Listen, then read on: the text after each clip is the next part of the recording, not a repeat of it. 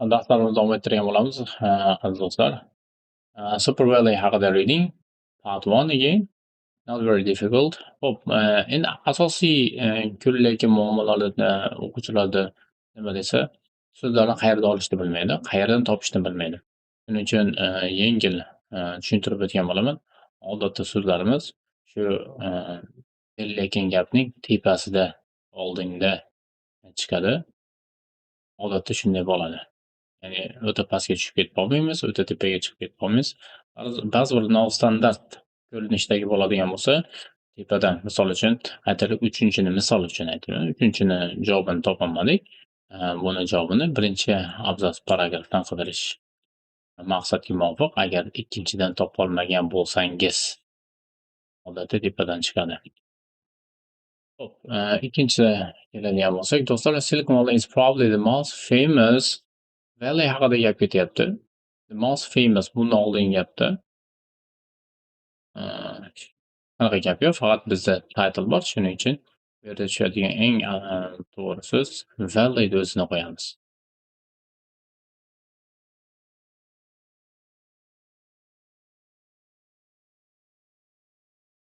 Valley. In the world, although it is not the place where the first computer was built, Silicon Valley. The first and Silicon. Yes, San Francisco. Nima uchun shu so'zlarni hozir ko'rdimi? First computer, Silicon Valley, San Francisco. Buning sababi to'ldirayotganimizda, gap film qilayotganimizda to be kerak emas, not kerak emas, place bo'lishi mumkin, lekin kamdan kam keladi. Also, garchi degan bu bog'lovchi bo'lib ishlatilyapti. Build bo'lishi mumkin, lekin odatda noun shakli ko'p qo'yilayotgani uchun shu so'zlarni tanlab oldim. And was a birthplace of the modern dedi, zamonaviy, birthplace degani paydo bo'lgan degan ma'noda. Endiroqda tepada yo'g'on qilib ketdim. Ko'rdingiz, first degan so'z shu birthplace degan so'zga sinonim bo'la oladimi desa, bo'la oladi. Shuning uchun bu yerga computer degan so'zni qo'yganimiz to'g'ri bo'ladi.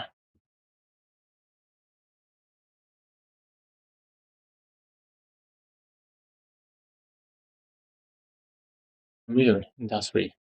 Yana tushuntirib o'taman.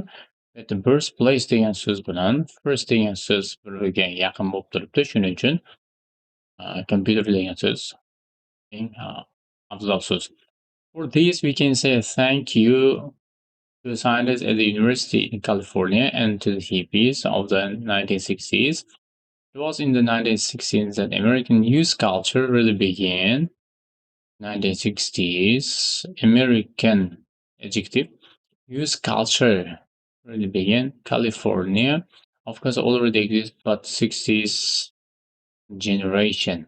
Bizga kerakli bo'lgan so'zlar hammasiga 1960s, American adjective, shuning uchun bunisi yaxshiroq. California, bu ham javob bo'lishi mumkin. And 60 generation.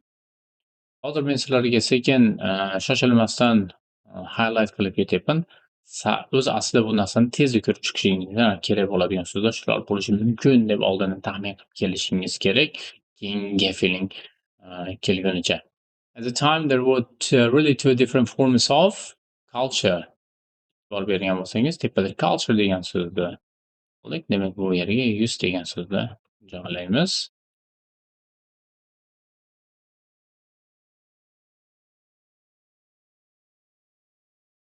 The boys' culture on the one hand, boys' culture and a culture degan so'z keladi.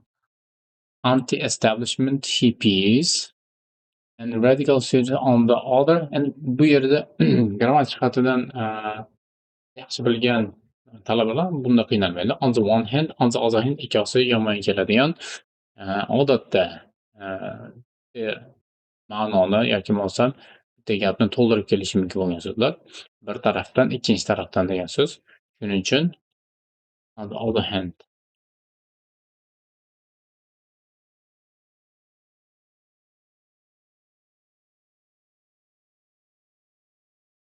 Next one is For the boys, that meant southern degani demak janubiy bundan oldingi gapni qaraydigan bo'lsak, janubiy is anti-establishment hippies, the radical eng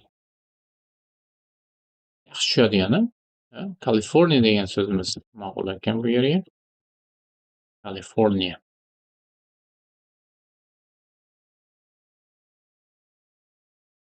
California, where they could sing about it, surfing the cars. For the hippies radicals, it meant San Francisco, loud power, revolutionary ideas. The campuses at Berkeley and Stanford University near San Francisco were hotbeds of new ideas, new technology, new culture, and demak, new better rhyming bo'lib kelyapti. Ya'ni qofiyadosh bo'lib kelayotgani uchun judayam yaxshi so'z. New degan so'zni yo'llasak bo'ladi. O'qib ko'rib, shuningga ishonch hosil qilamiz. San Francisco world, hotbeds of new ideas, new technology, new culture, and new ways of living. That's all with this video. Hope you're going to comment and subscribe my channel. Don't forget about writing comments. If you have got some issues, problems with this exercise, just write. And hopefully I will read and come back to you with the video.